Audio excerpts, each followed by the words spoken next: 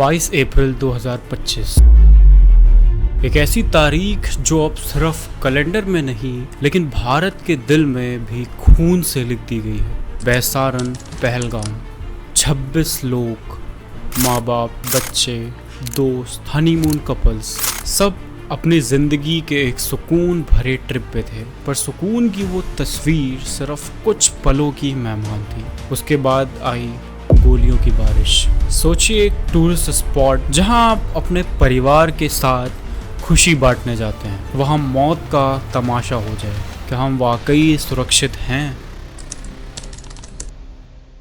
Pahalgam, Jammu and Kashmir का एक ऐसा हिस्सा जहां हर साल हजारों टूरिस्ट आते हैं। स्नो कैप पहाड़ियां, लश ग्रीन मेडोज और शांति का एहसास। लेकिन इस बार शांति के बीच आई एक प्लान्ड और ब्रूटल टेरर अटैक, जिसने सिर्फ जान ही नहीं ली लेकिन देश के हर एक नागरिक के दिल में गुस्सा और गम भर दिया। इस वीडियो में हम सिर्फ फैक्ट्स नहीं लेकिन इमोशंस के साथ वो पूरा सच जानेंगे। कैसे हुआ अटैक, कौन थे टेररिस्ट, किसने उन्हें अंदर आने में मदद की, सरकार ने क्या कदम उठाए और दुनिया का क्या रिएक्शन था। 22 अप्रैल 2025 सुबह 11:15।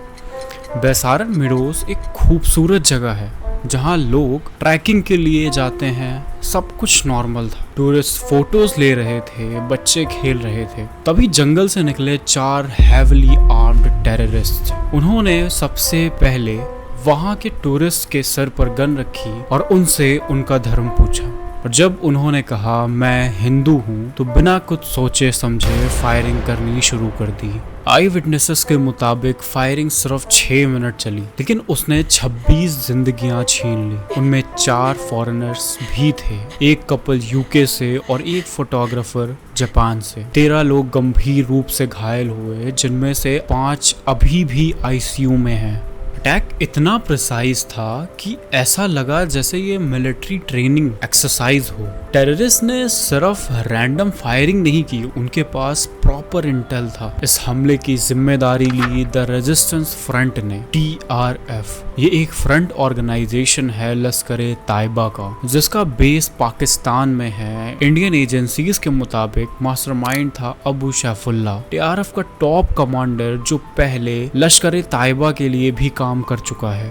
अटैक में इस्तेमाल हुए M4 कार्बाइन्स, हैंड ग्रेनेड्स और इनक्रिप्टेड GPS ट्रैकर्स जो बताते हैं कि ये सब इक्विपमेंट्स बॉर्डर पार से आए थे। ये कोई रैंडम एक्ट नहीं बल्कि pre planned cross border terror operation था। साफ है पाकिस्तान में बैठे लोगों ने ये प्लान बनाया और कश्मीर के कुछ गद्दार लोगों की मदद से इसे अंजाम दिया गया। सबसे हैरत की बात ये थी इन टेररिस्ट को मदद मिली यहीं के कुछ लोगों से। NIA की इन्वेस्टिगेशन ने रिवील किया कि 3 लोकल इन्फॉर्मेंट्स अनंतनाग से डायरेक्टली इस ऑपरेशन में इन्वॉल्व थे। एक साइबर कैफे ओनर, एक लोकल ट्रैकिंग गाइड और एक कॉलेज स्टूडेंट।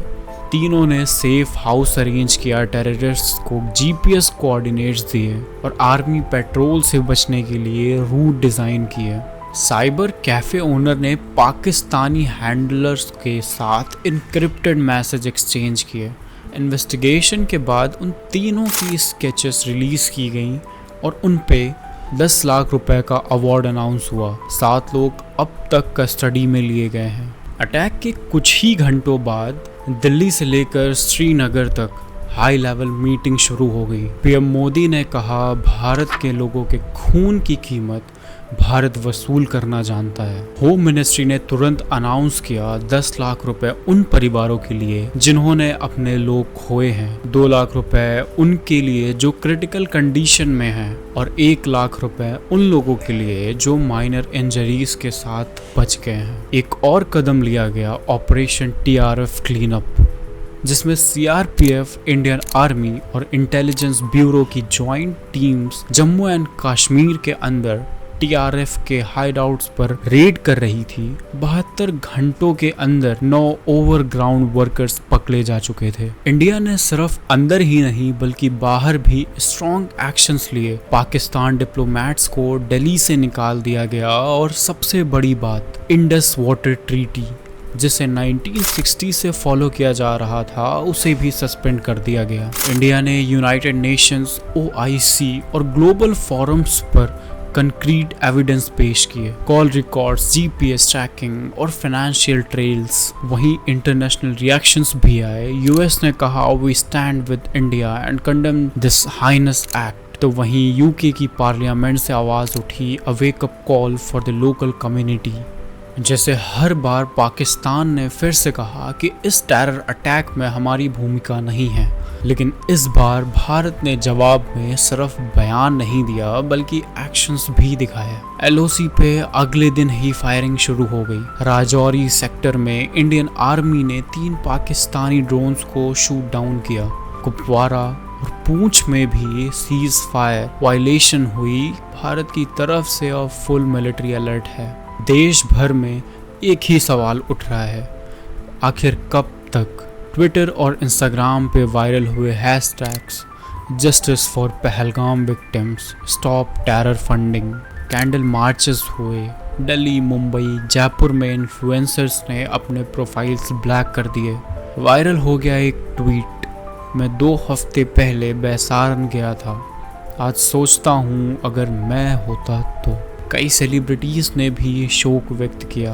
आखिर कब तक हम ऐसे आंसू बहाते रहेंगे?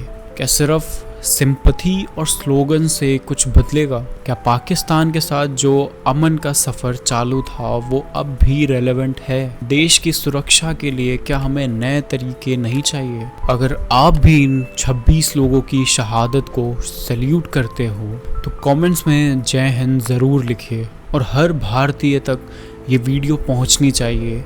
शेयर कीजिए, अवेयरनेस बढ़ाइए। और अगर आप चाहते हो कि हम ऐसे ही सच आपके सामने लाते रहें तो चैनल को सब्सक्राइब ज़रूर कीजिए। अगर वीडियो अच्छी लगी हो तो वीडियो को लाइक कर दें और शेयर कर दें जितना हो सके। तो मिलते हैं नेक्स्ट वीडियो में, तब तक के लिए बाय बाय, टाटा, ख्याल रखो।